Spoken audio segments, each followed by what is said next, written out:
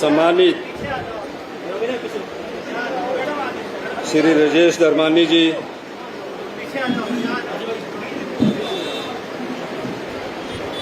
हमारे तकनीकी शिक्षा मंत्री, ये नहीं चल रही है, ये नहीं चल रही।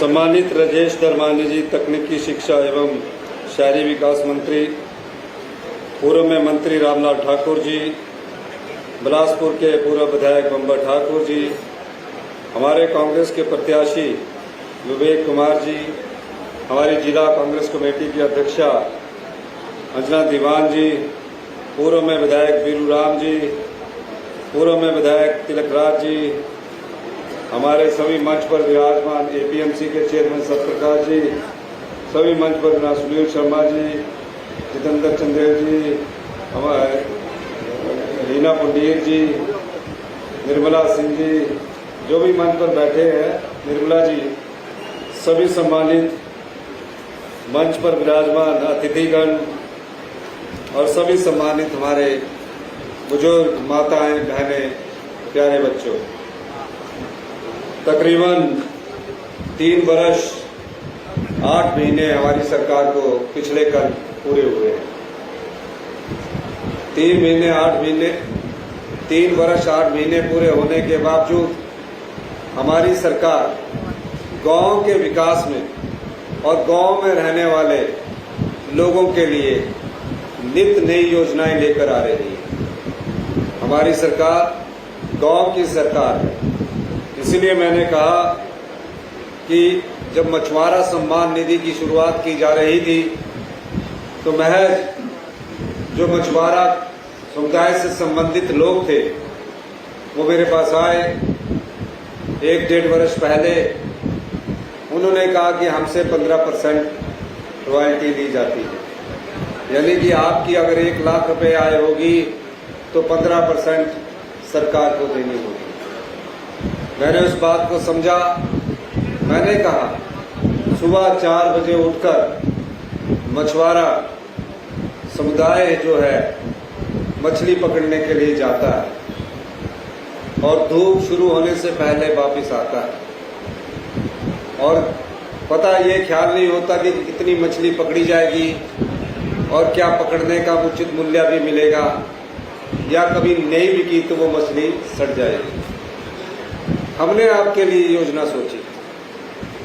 जो भी आज लोग ये बात करते हैं भारतीय जनता पार्टी के, उन्होंने कभी आपके लिए ऐसी योजना नहीं सोची।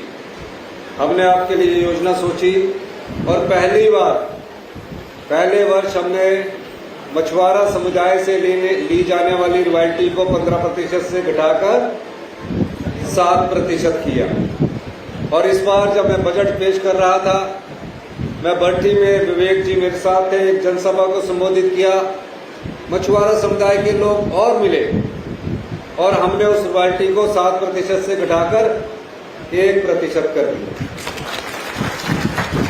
अभी मेरे पास आपकी एक बात ध्यान में आई है कि हमें पेनल्टी जो है वो 15 गुना लगती है, 5 गुना लगती है। यानी कि 15,000 रुपया जो पेनल्टी आपकी रॉयल्टी के बाद लगती थी, जो 75,000 होती थी, मैं आपके ऊपर लगने वाली पेनल्टी को भी माफ करने की घोषणा करता हूं।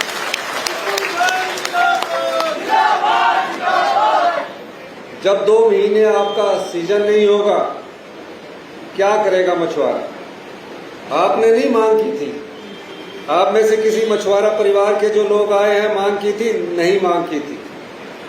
जहां मांगना की जाए, जहां गांव के लोगों की आवाज को सुना जाए, जहां मछुआरा परिवार की आवाज को सुना जाए, उनकी आवाज सुनकर सरकार जो योजनाएं बनाती है उसे व्यवस्था परिवर्तन कहते हैं।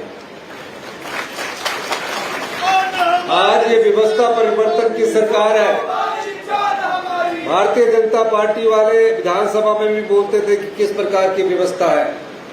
हमने कहा हम आम परिवार से निकलकर मुख्यमंत्री बने हैं, आम लोगों का दर्द जानते हैं। जब आप जैसे परिवार से उठकर कोई व्यक्ति मुख्यमंत्री बनता है तो वो आपकी दर्द को समझते हुए योजनाओं को धरातल पर उतारता है, उसको व्यवस्था परिवर्तन कहते हैं। और आज मुझे खुशी है, इस क्षेत्र के 1500 परिवारों को 2 महीने जो उनका जब वो मछली पकड़ने का समय नहीं है, मैं आज उन्हें 52 लाख रुपया डीबीटी के माध्यम से उनके अकाउंट में पर परिवार 3500 रुपये डालने की घोषणा करता हूं। आज आपके अकाउंट में ये पैसे चले जाएंगे। आज नहीं होगा तो 1 दिन के भीतर, आज ही चले जाएंगे, आपके अकाउंट में पैसे चले जाएंगे। जो भी मछली पकड़ने वाला व्यक्ति अगर किसी के अकाउंट में पैसे नहीं गए तो आप उसकी शिकायत हमारे डीसी साहब या एसडीएम को कर सकते हैं। उसके परिवार के अकाउंट में भी हमारे पैसे चले जाएंगे। इसके अलावा अब आपने मछली तो पकड़ ली, मछली के लिए आप लैंडिंग फैसिलिटीज मांग रहे हैं, जैसे कि विवेक जी बता रहे थे। अब लैंडिंग फैसिलिटीज के लिए भी मैं 10 लाख रुपया देने की आपको घोषणा करता हूं। मैं चाहूंगा कि मछुआरा परिवार अपना जीवन यापन अच्छी तरह से करे, उसका जीवन यापन सुगम हो। मैं कई और योजनाएं गांव के विकास के लिए लाने जा रहा हूं। हालांकि भारतीय जनता पार्टी के नेता राजनीति तो बहुत करते हैं। धर्मानी जी कह रहे थे कि डबल इंजन की सरकार थी उनकी, डबल इंजन की सरकार थी। मैं उनका हालात बताना चाहता हूं। डबल इंजन की सरकार के समय जो सरकारी स्कूल में पढ़ने वाले बच्चे हैं, आपके हमारे परिवार के बच्चे जो सरकारी स्कूलों में पढ़ते हैं, डबल इंजन की सरकार में 5वीं का बच्चा दूसरी की किताब नहीं पढ़ सकता था। ये डबल इंजन की सरकार ने इस हिमाचल प्रदेश को दिया। अब माँ बाप तो तैयार होकर स्कूल भेजते हैं, कहते हैं मेरा बच्चा तो 5वीं में हो गया, 8वीं में हो गया, 10वीं में हो गया, पढ़ लिख कर अच्छा इंसान बनेगा, सरकारी नौकरी करेगा, घर की गरीबी को दूर करेगा। हुआ क्या? इन्हीं की सरकार ने आकलन किया शिक्षा के क्षेत्र में। वहां से मोदी जी ने अपने गुणात्मक शिक्षा के लिए लोग भेजे और क्या पाया कि गुणात्मक शिक्षा में पूरे देश में हमारा जो शिक्षा गुणात्मक शिक्षा का स्तर है वो 21वें स्थान पर भारतीय जनता पार्टी के समय में था। ये डबल इंजन की सरकार के समय का था। हमारी सरकार आई, मैं तो पहली बार मुख्यमंत्री बना। मेरे पार्टी के भीतर के लोग भी कहते थे मंत्री तो कभी रहे नहीं, कैसे प्रशासन को चलाएंगे, कैसे प्रशासनिक क्षमता बढ़ेगी। मैंने पहले ही दिन रिज के ऐतिहासिक मैदान से शपथ लेके, जब मैं शपथ ले रहा था, मैंने कहा हमारी सरकार व्यवस्था परिवर्तन की सरकार होगी, सिस्टम चेंज की सरकार होगी। हम व्यवस्था परिवर्तन के लिए आए हैं, हम सत्ता सुख के लिए नहीं आए हैं। आपने मुझे देखा होगा, जब भी मैं सचिवालय जाता हूं, छोटी गाड़ी इलेक्ट्रिकल में जाता हूं। मेरे पास अपनी गाड़ी अल्टो हुआ करती थी। मैं बजट रखने विधानसभा अल्टो में जाता था। भारतीय जनता पार्टी वाले उसका मजाक उड़ाते थे। मैं अल्टो में क्यों जाता था? मैं अल्टो में इसलिए जाता था कि मैं जानता हूं कि जब मैंने अल्टो खरीदी तो मैं किस परिवार से आता था। तो मैं ऐसी योजनाएं बनाऊं जो आप लोगों के परिवार से जुड़ी हो और उन योजनाओं को मैं धरातल पर पहुंचाऊं। 3 साल 8 महीने वाली सरकार ने आज उन योजनाओं को धरातल पर पहुंचाया। जहां शिक्षा के स्तर में इसी भारतीय जनता पार्टी की सरकार ने अध्ययन किया। हमने नहीं कहा पिछले 3.5 साल में हिमाचल प्रदेश की सरकार ने जिस तेजी से व्यवस्था परिवर्तन किया है, आप 21वें स्थान से उतरकर 5वें स्थान पर पहुंचे। ये श्रेय केंद्र की भारतीय जनता पार्टी सरकार ने हमें दिया। क्योंकि सरकारी स्कूल में पढ़ने, मैं खुद सरकारी स्कूल से पढ़ा हूं, सरकारी स्कूल में पढ़ने वाले बच्चों की गुणवत्ता पर अगर हम ध्यान नहीं देंगे तो हम पिछड़ जाएंगे। और उसके बाद मैंने कहा कि सरकारी स्कूल के बच्चों में आत्मविश्वास होना चाहिए, भविष्य की चुनौतियों का सामना करने की ताकत होनी चाहिए। कोई भी बच्चा जो आता है वो सरकारी स्कूल में अच्छी शिक्षा प्राप्त ना करे तो हम उस बच्चे के साथ भी धोखा कर रहे हैं, उन गांव में रहने वाले परिवारों के साथ भी धोखा कर रहे हैं। हमने परिवर्तन करना शुरू किया, पहली कक्षा से इंग्लिश मीडियम स्टार्ट किया और 150 स्कूल सीबीएसई के शुरू किए। जब मैं सीबीएसई के स्कूल शुरू कर रहा था तो कई प्रकार की अड़चनें आ रही थी। अधिकारी अड़चन कर रहे थे, कई और सहयोगी अड़चन कर रहे थे कि ये सीबीएसई स्कूल नहीं होंगे, बड़ा मुश्किल है। 150 स्कूलों को जब हमने सीबीएसई किया, जब मैं अभी विवेक से ही पूछ रहा था कि तलाई के स्कूल का क्या हाल है, सरकारी तलाई के स्कूल में बच्चों की संख्या बढ़ गई और पूरे हिमाचल प्रदेश में जहां हमने सीबीएसई किया 24,000 बच्चों की संख्या बढ़ गई। वो 24,000 बच्चे कहां से आए? वो उन प्राइवेट स्कूलों से आए जहां वो साल की 50,000 रुपया सीबीएसई स्कूल की फीस दे रहे थे। आज वही 24,000 बच्चे 50,000 फीस ना देकर महज 2,000 की फीस में सीबीएसई का सिलेबस पढ़ रहे हैं। फिर बात हुई कि अध्यापक कैसे नियुक्त करेंगे, प्रिंसिपल कैसे लगेंगे। 90% स्कूलों में जो लिखित परीक्षा पास करके हमारे प्रिंसिपल आए, उनकी नियुक्ति कर दी गई है। और जो टीचर अभी सीबीएसई स्कूलों में आ रहे हैं, आप देखना, टीचर इंग्लिश और टीचर मैथ के लोग ज्वाइन कर चुके हैं, टीचर फिजिक्स के लोग ज्वाइन कर चुके हैं। आने वाले समय में इन सरकारी स्कूलों में पढ़ने वाले बच्चे का आत्मविश्वास इतना मजबूत होगा कि जिस प्रकार की भी वो नौकरी जीवन में सोचेगा उस प्रकार की नौकरी वो प्राप्त करेगा। लेकिन इस बदलाव के लिए अभी हमें कम से कम 5 साल और चाहिए। मैं ये इसलिए कह रहा हूं, जब एक बार बदलाव होता है, नीतिगत बदलाव होता है, तो उसमें कुछ परिवर्तन में कुछ समय लगता है। ये शिक्षा के क्षेत्र में हमारा हाल है। आज गांव के लोग को क्या चाहिए? हमारी सरकार का ध्येय है कि गांव में एक परिवार के पास कम से कम महीने की 20,000 रुपए तक आय हो। उस नीति पर हमने काम करना शुरू किया।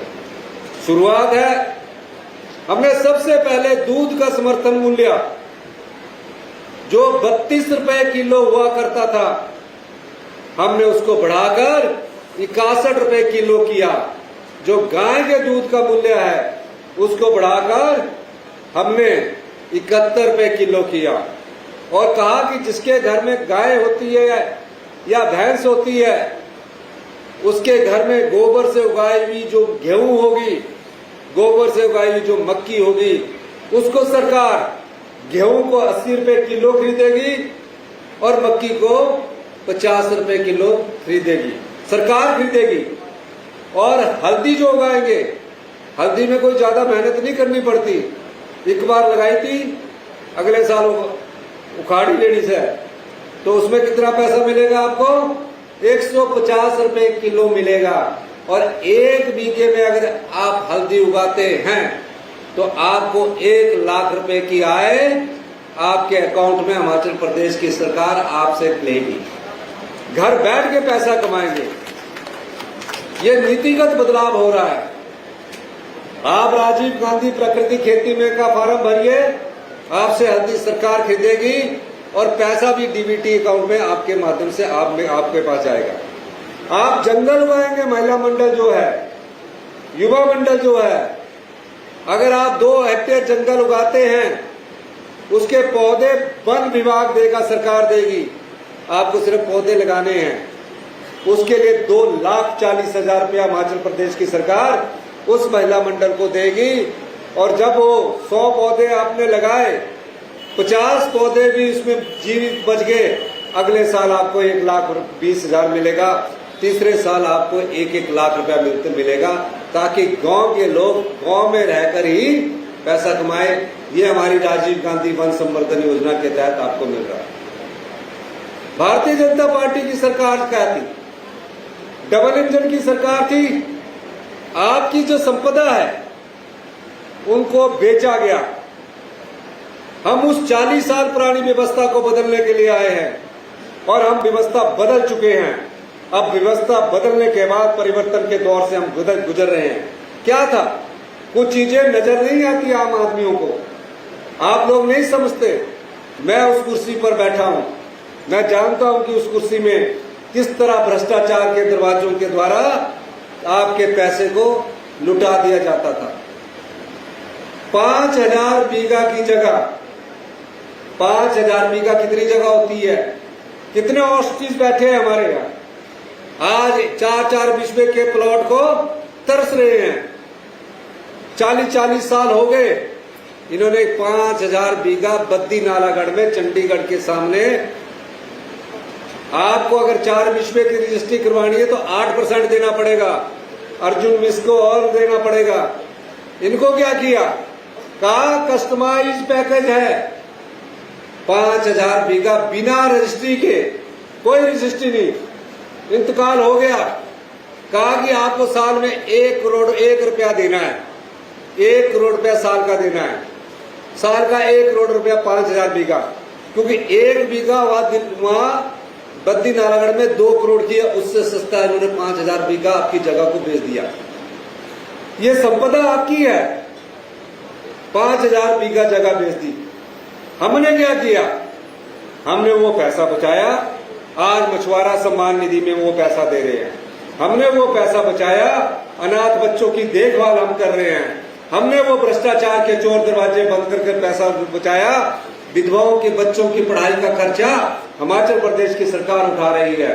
और यही नहीं, हमने वो पैसा भ्रष्टाचार के चोर दरवाजे से बचाया, जहां आम परिवार का बच्चा अगर डॉक्टर बनना चाहता है, इंजीनियर बनना चाहता है, विदेश में नौकरी, विदेश में पढ़ना चाहता है, मेरिटोरियस बच्चा है, कहा 12 लाख रुपए आपकी आय होगी, क्योंकि सरकारी कर्मचारी को भी इस लोन का फायदा मिलना चाहिए। 12 लाख रुपए की आय होगी, हम 20 लाख रुपया आपको लोन का महज 1% ब्याज की दर से देंगे वाईएस प्रमाणन योजना के तहत, ताकि सभी बच्चे उस शिक्षा ग्रहण कर सके। हमने सरकारी कर्मचारी और सरकारी कर्मचारियों को ओल्ड पेंशन स्कीम दी। पूरे भारत में जहां जहां बीजेपी की सरकार है, उन्होंने ओल्ड पेंशन स्कीम को बंद कर दिया है। हिमाचल प्रदेश देश का एक ऐसा राज्य है जहां ये कमिटमेंट की गई थी, ये गारंटी दी गई थी कि हम पहले ही कैबिनेट में ओल्ड पेंशन स्कीम देंगे। मैंने कोई राजनीतिक लाभ के लिए ओल्ड पेंशन स्कीम नहीं दी। 4 एमपी की सीटें यहां से भारतीय जनता पार्टी जीत कर चलेगी। 20 साल से यहां से भारतीय जनता पार्टी का सदस्य जीतता चला आ रहा है। मैंने क्यों दी थी? मैंने इसलिए दी थी कि 60 साल के बाद हमारे जो बुजुर्ग रिटायर होंगे, उनको अपने बच्चों के सामने हाथ फैलाकर गिड़गिड़ाना नहीं चाहिए, वो आत्मसम्मान की जिंदगी जी सके। और मैंने ये इसलिए दिया था, तब तक जब तक उनकी अंतिम सांस रहेगी, वो ये सोचेंगे कि हमारे पास, जब तक हमारे पास अंतिम सांस है, सरकार की तरफ से पेंशन मिलती रहेगी और हम सम्मान पूर्वक अपने बुढ़ापे को काट सकेंगे। अगर हमने राजनीतिक लाभ के लिए ओल्ड पेंशन स्कीम देनी होती तो अभी चुनावों को 14 महीने हैं, हम अगले साल मार्च 27 के बजट में डिक्लेयर करते और राजनीतिक लाभ उठाते। हमने ऐसा नहीं किया, क्योंकि हम राजनीतिक लाभ के लिए नहीं काम कर रहे हैं, हम आम जनता के लिए काम कर रहे हैं। आज कोई बच्चा प्रदेश में अनाथ अपनी पढ़ाई से महरूम नहीं रह सकता। कभी स्कूल के बच्चों ने नहीं सोचा था, कभी तकनीकी शिक्षा के बच्चों ने नहीं सोचा था कि हम कभी हवाई जहाज में बैठकर विदेश जाएंगे। आज वो भी विदेश जा रहे हैं। ये सब आपका पैसा है, हम लोग तो उसके संरक्षण हैं। मैं है मंत्रिमंडल के सदस्य हैं, हमें तो आप चुनकर भेजते हैं। अगर आप चुनकर भेजते हैं और हम आपके पैसे का संरक्षण करते हैं, इसका मतलब ये है कि हम सही ढंग से आपको पैसा वितरित कर रहे हैं, आप ही को नहीं वितरित कर रहे। जो भी समाज का अंतिम व्यक्ति है, वहां तक हम पैसा पहुंचाना चाहते हैं। पूरा बजट बदल गया है। आईएएस अधिकारी मुझसे पूछते हैं, जैसे प्रियंका जी भी बैठे पूछते हैं, अधिकारी पूछते कि ये किस प्रकार का बजट है। मैंने बोला ये ग्रामीण अर्थव्यवस्था का बजट है, हम ग्रामीण रोजगार पैदा करना चाहते हैं, इस प्रकार का बजट है। बीजेपी मनरेगा बंद कर दिया उन्होंने, बीजेपी ने अग्निवीर ले आए, फौज में भर्ती बंद कर दी। हम अग्निवीर की जगह हर साल पुलिस में भर्ती शुरू कर रहे हैं और आपने देखा अभी 800 पोस्टों की और भर्ती शुरू होने जा रही है। हॉस्पिटल्स का क्या हाल है, आप चाहे बिलासपुर का एम्स ही ले लीजिए, पूरे डिपार्टमेंट पूरी तरह नहीं चले हुए हैं। हमने जो रोबोटिक सर्जरी दिल्ली एम्स में है, आज हमने सभी मेडिकल कॉलेज में हिमाचल प्रदेश के शुरू कर दी है। पूरे नॉर्थ इंडिया में किसी ने रोबोटिक सर्जरी शुरू नहीं की थी। क्या होती है ये सर्जरी? इस सर्जरी में प्राइवेट में जाओगे तो 6 लाख रुपया लगेगा, सरकारी में जाओगे तो 30,000 रुपया लगेगा, सिर्फ 30,000। कहाँ 6 लाख और कहाँ 30,000? 90,000 की सब्सिडी हम दे रहे हैं। और डॉक्टर बेस्ट है, रोबोट से ही सर्जरी करवानी चाहिए, ना कोई ज्यादा चीर फाड़ होती है, ना कोई ज्यादा दर्द होता है, और एक्यूरेसी 99% होती है। कैंसर के मरीज भी रोबोटिक सर्जरी से ठीक हो जाते हैं। ये आपके लिए हम लेकर आए।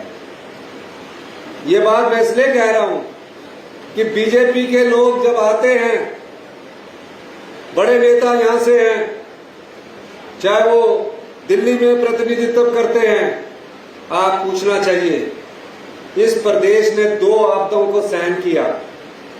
23-24 में आपदा आई, 25-26 में आपदा आई।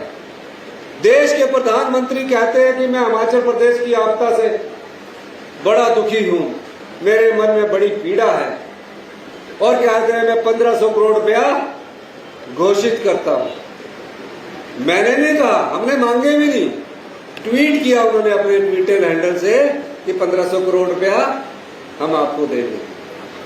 आज तक इंतजार करते करते हमारी आंखें भी थक गई है।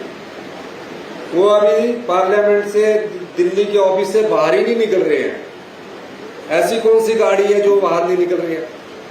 चलिए, उनको याद नहीं रह सकता क्योंकि प्राइम मिनिस्टर है, चीफ मिनिस्टर को भी कई चीजें याद नहीं रहती। यहाँ के चारों सांसदों से पूछा जाना चाहिए, क्या कभी आप गए हैं कि माननीय प्रधानमंत्री जी, हम भारतीय जनता पार्टी के चारों सांसद पिछले 20 साल से आपके नाम से चुनकर आ रहे हैं, हिमाचल की भोली भाली जनता आपके नाम से हमको वोट डाल रही है, तो क्या आप हमारे 1500 करोड़ रुपया कब रिलीज करोगे? नहीं रिलीज किया। 1500 करोड़ तो और छोड़िए, जिस दिन हमने ओपीएस दी 1600 करोड़ रुपए की एडिशनल बोरिंग होती है, उधार मिलता है 1600 करोड़ रुपया, वो भी इन्होंने बंद कर दिया। उधार ऐसे नहीं मिलता है।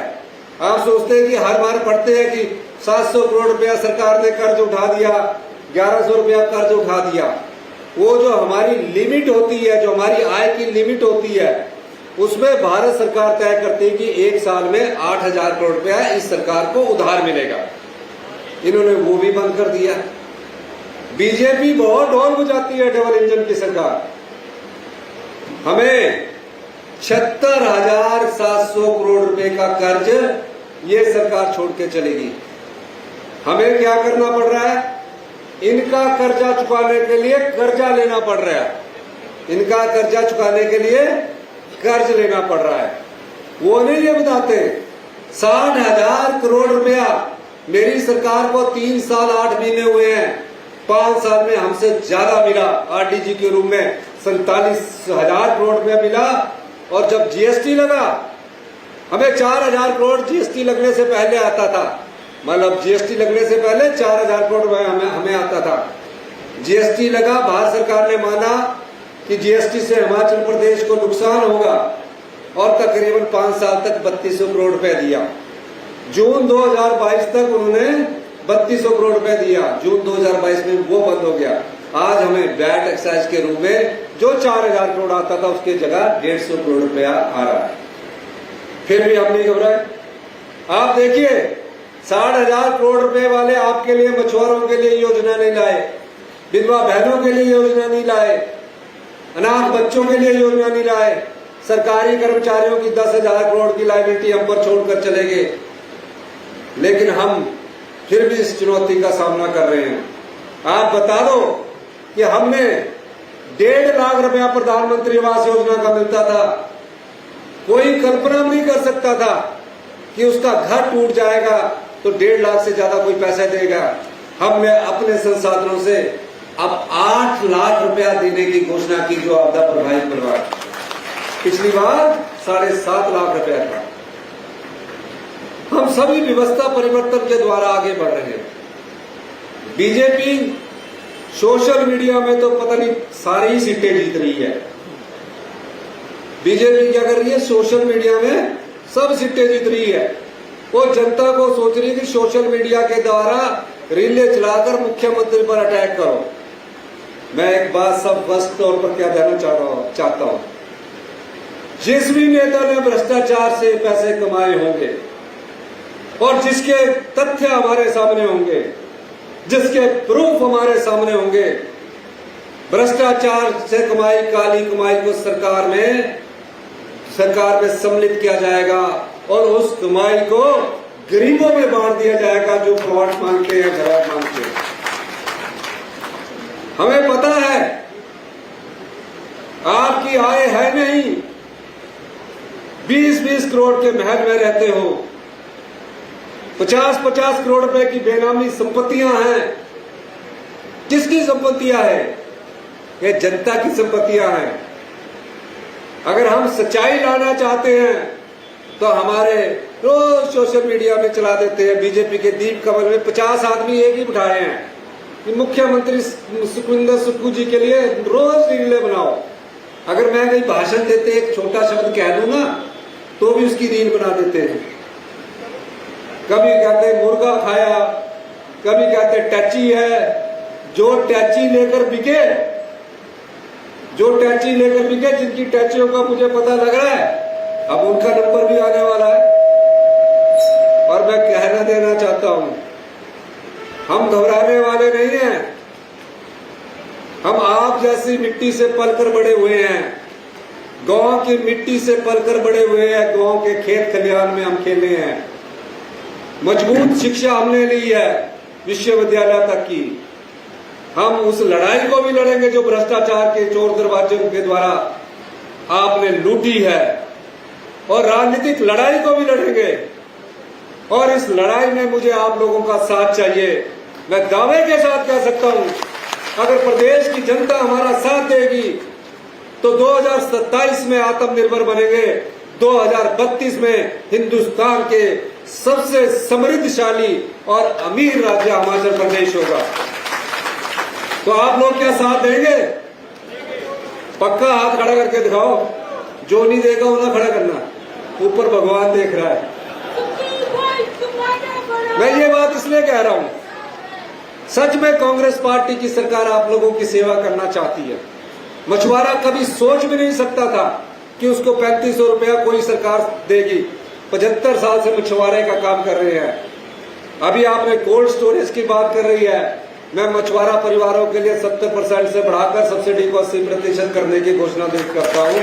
5 मीट्रिक टन के कोल्ड स्टोरेज को हम देंगे। अगर आप अपनी मछली को बैन के माध्यम से दिल्ली की मार्केट में पहुंचाना चाहते हैं, उसके लिए बैन पर भी सब्सिडी आपको 70% दी जाएगी। ये मछुआरों के लिए नहीं है, ये गांव के किसान के लिए है, गांव के गरीब आदमी के लिए है। मैं एक बात और बताना चाहता हूं, पहली बार हिमाचल प्रदेश की सरकार ने गरीब आदमियों का सर्वे करवाया। 8 चरण का सर्वे हुआ। जब ये चुनाव नहीं हुए 5 महीने के ना, जिसमें पंचायत प्रधानों के चुनाव नहीं हुए, जिला परिषद के चुनाव नहीं हुए, बीडीसी के चुनाव नहीं हुए, इन 5 महीनों में 8 चरण का सर्वे हुआ। किसने किया? एसडीएम ने किया, बीडीओ ने किया। 1,78,000 परिवार ऐसे हैं जिनकी आय 75,000 से कम है। 90,000 परिवार ऐसे मिले उसमें। जब हम किसी का अधिकार खाते हैं तो हमें दुख होता है। जो कभी जिंदगी में एक पल्ली में रह रहे, कभी आईआरडीपी में नहीं आए, बीपीएल परिवारों में भी नहीं आए, हमने उस योजना का अपना परिवार सुखी परिवार नाम दिया है। 90,000 लोग, कितने? 90,000 लोग। उनके लिए हम एक योजना लेकर आ रहे हैं ताकि हिमाचल प्रदेश के अंतिम व्यक्ति तक उस योजना का लाभ पहुंचे। कहां से इस योजना का लाभ देंगे? ये जितने भ्रष्टाचार के चोर दरवाजों से, बड़े बड़े उद्योगपतियों से को जो जगह दी है, उससे हम सारा पैसा लेंगे। भारतीय जनता पार्टी के लोग बार बार कहते हैं, पंचायत चुनाव हो गए, पंचायत में प्रधान तो कांग्रेस पार्टी के जीते, जिला परिषद हो गए, बीडीसी हो गए। मैं कई बार कहता हूं, जिला परिषद बीडीसी के हमारे परिवार के लोग हैं। मैं इतना कहना चाहता हूं कि जिस दिन तक आपको जिला परिषद का चेयरमैन और वाइस चेयरमैन बनाना है, उस दिन बीजेपी का एक फंडा है, सबको उठाकर ले जाएंगे, किसी को पंचकुला ले जाएंगे, किसी को राजस्थान घुमाएंगे, देवी दर्शन भी करवाएंगे। जिस दिन वोट खत्म हुई उस दिन भूल जाएंगे। पर हमारी सरकार पंचायत चुनावों में चूल्हा चौखट की चुनाव में नहीं पड़ी। पर मैं कह सकता हूं, अगर हम आपके कल्याण के लिए योजनाएं लेकर आ रहे हैं, तो आप आम जनता है, आप ईमान नहीं बेचते हैं, ना ही कोई आपके ईमान को खरीद सकता है। कई लोग सोचते हैं कि हम पैसे के दम पर चुनाव जीत जाएंगे। ये हिमाचल की जनता ने उस समय बताया जब कांग्रेस पार्टी के 9 विधायक भारतीय जनता पार्टी की राजनीतिक मंडी में बिके और लोग हमारे साथ खड़े हुए। हम फिर 34 से 40 हुए। वो जो बिके हुए माल था, जिसको भारतीय जनता पार्टी ने अपने पास रखा हुआ है, वो उन 6 एमएलए आज उनके साथ है। जो ईमान बेचता है उसको हिमाचल के देवी देवता तो माफ नहीं करते, भगवान भी माफ नहीं करता है। और हिमाचल की जनता तो इतनी पढ़ी लिखी है, वो कभी उनको माफ नहीं करती है। अभी थोड़ा समय है, इंतजार कीजिए। जल्दी ही हिमाचल प्रदेश, जिसकी आरडीजी 8,000 करोड़ रुपया काट दी गई है, 1952 से 75 साल से हमको हर साल 8,000 करोड़ रुपया मिलता आ रहा था। पिछले साल हमें भी मिला। अब बताइए, जो 1 लाख रुपया एक महीने का कमाता है, उसकी आय से 30,000 रुपया काट दिया जाए तो अपने बजट को किसी तरीके से चलाता है ना। हम उस बजट के से जिसका 8,000 काट दिया गया, फिर भी हम हिमाचल प्रदेश को आत्मनिर्भरता की ओर ले जा रहे हैं। यही ताकत जनता की असली ताकत होती है। इसलिए जो हमारे साथियों ने कहा है, हर जन बस्ती बुक्खर की सड़क की, ये मैं इसको आगे बनाऊंगा, इसको नबार्ड में डाला जाएगा। और जो हमारे मछुआरे हैं, जो बेचारे सुबह जाते हैं, उनको मैं 50 लाख रुपया लाइफ जैकेट देने की भी घोषणा करता हूं, ताकि वो अपने जीवन को भी बचा सके। इन्हीं शब्दों के साथ, गर्मी बड़ी है, मैं भी माफी चाहूंगा। आप सब लोग बड़ी गर्मी से बैठे हैं। घोषणाएं इसकी मछुआरा सम्मेलन के बाद को रैली में करेंगे आपकी। तो मैं इन्हीं शब्दों के साथ बीसीए कॉलेज को जुड़ता कॉलेज आज जुड़ता कॉलेज में बीसीए और बीबीए खोलने की मैं घोषणा करता हूं, ताकि वहां बच्चों को हमारे अच्छी शिक्षा मिले। इन्हीं शब्दों के साथ बहुत बहुत धन्यवाद। जय हिंद, जय हिमाचल।